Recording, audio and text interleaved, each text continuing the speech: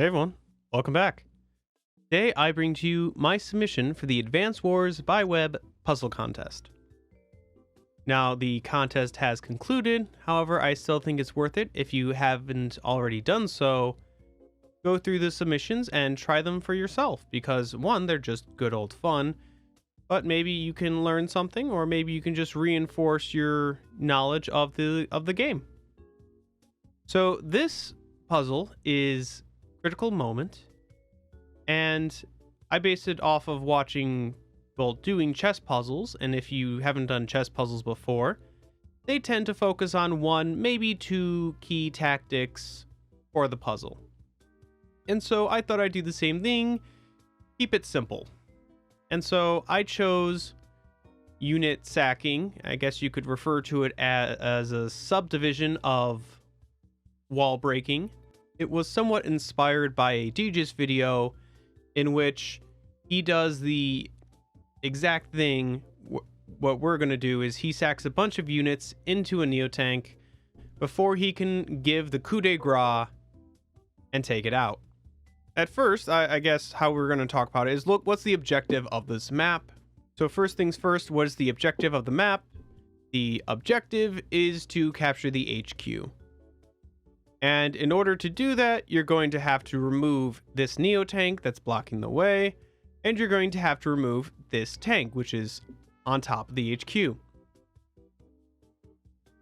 And let's see what's going for us and working against us. Something that's working against us is that Von Bolt has an extra 10% defense, and to some extent, working for us is the attack. Now, why is the attack important in this scenario? Because the whole purpose of sacking units to weaken this relies on the fact that we only have one tile for all these vehicles. So we have to ensure that after the attack, there is enough counterattack damage to clear our unit. So that extra 10% is actually going to be somewhat helpful to ensure that our unit gets cleared.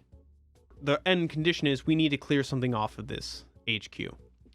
And it's a four-star tile with Von Bolt tank on top of it.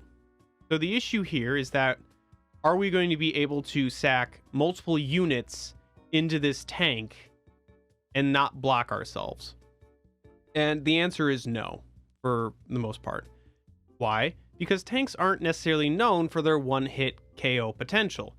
And seeing how this is a weakened tank, and it already has boosted defense, it's not likely that you're going to be able to one-shot it, and if you miss, have it delete your unit in response. It's not likely.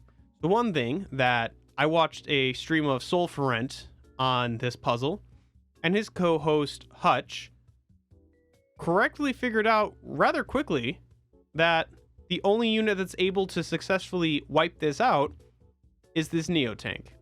He got that right away. And let's just kind of see the calculation for that. Hold on, there you guys go. And you notice it's not exactly 100% of the time it's going to knock out. However, keep in mind, how far does it have to travel to hit that tank? 1, 2, 3, 4, 5, 6, 7. It has to move 7. Its normal movement is 6.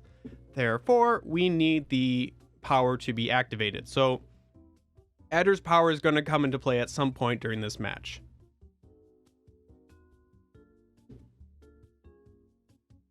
There's just the proof that it's enough to clear it. So we know that the power is going to come in and clear that. So we know this is probably going to be last. What other units are probably going to be last? Well, let's look at this tank and this tank. Both of them are 7 tiles away from the Neotank. So to hit anything, they need the power. So we know they're not going to be first at the very least. So let's kind of cross those out for now. We know that one of the infantry, keep in mind that 1, 2, 3, 4, 1, 2, 3, 4, and this one, 1, 2, 3, it's going to need the power to be able to hit the HQ. Therefore, one of these we can say is not going to be needed. I'm just arbitrarily choosing that one. So one of the nice things is we have these two mountains. Now, the nice thing about the mountains is that there are two additional tiles in which we can strike the Neo tank. That being said, you're not likely going to be able to have the Neo tank delete those in response during the counterattack phase because it just doesn't have the firepower. So we don't have to worry about those self-deleting. Those units are probably going to stay on the mountains. So that's going to be this battlecopter right here, and likely one of these two. For all intents and purposes, I'm going to say it's going to be the mech. It's a better option than the infantry. That's why. And here's another thought, and this goes into something that Hutch thought that is slightly incorrect. Although he has the concept down really well, he just knew this off the top of his head. That in this calculation, let me correct this, that the Neo tank would 100% of the time one-hit KO the tank. Which, he's not wrong. It's a fine thing to do, and he's going to sack that first. The issue is with how much damage he's doing. So, the whole concept, especially when we're dealing with this many units, it's going to come down to keeping the Neo as healthy as it can for as long as it can. Because the health of the unit contributes to the amount of counterattack damage, we want this Neo tank to remain healthy so it can clear off units. However, we still want to keep applying chip damage. So what we're going to do is we're going to keep chipping down the health of the Neo until right before it's at a threshold, and then we can afford to hit it with something a little heavier. So initially, in this situation, hitting it with the tank would bring it down, let's say on average 15. So the Neo would be brought down to 9, although it would clear the tank. Any other unit would bring it down to 8. And if we brought it down to 8, and let's say chose this guy for all intents and purposes, we can see that it doesn't guarantee the one shot anymore. So we don't necessarily want to be spending that full HP tank right at the beginning. So for all intents and purposes, it's not going to be the first unit. And as long as we want to keep the Neo tank as healthy as possible with as high as HP as possible, this unit, the copter, is not going to be used until the very end. Because at that point, it doesn't matter its clearing potential once we utilize all the other units. So that leaves us with the following units. And which one should we choose? Let me restore this. And let's just go piece by piece. This is 0 to 6, 0 to 6, 2 to 6, 7 to 11, 0 to 6, 0 to 5, and we got this little infantry 0 to 8, but he's not going to be super important. So this tank is probably going to do the most damage, and if our goal is to be chipping it down as much as we can, let's skip it. All right. And for all intents and purposes, we should start with the lowest damaging units, which in this case would be the recons. Now, if there's a chosen path with the recons, it's probably going to be the highest HP ones first, because they will do the same amount of damage. However, on the counterattack, we want to ensure that these ones get deleted first, because if the Neo tank goes to 9 or 8, they will not be able to clear these recons. So we want to get rid of these first while the Neo tank is still healthy. All right, so let's go ahead and start going through piece by piece. Not like that. We're not doing it like that.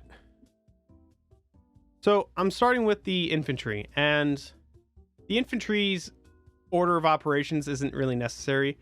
In fact, the only reason the infantry exists here at all is to eat up all the luck. So there's like a 90% chance you can do it without the infantry.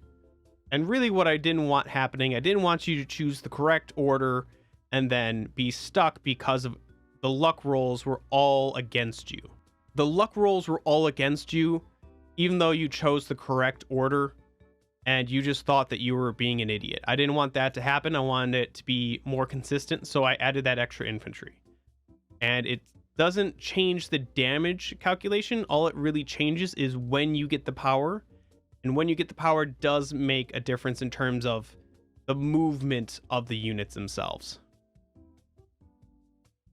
So that's why you see me just sacking the infantry at the beginning, just to get that out. And of course, sack the high HP recons, sack the low HP recons.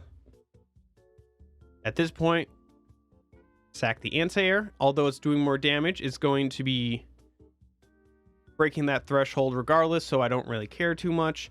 But more importantly, it's going to be activating our power, which will allow me to use those further HP tanks.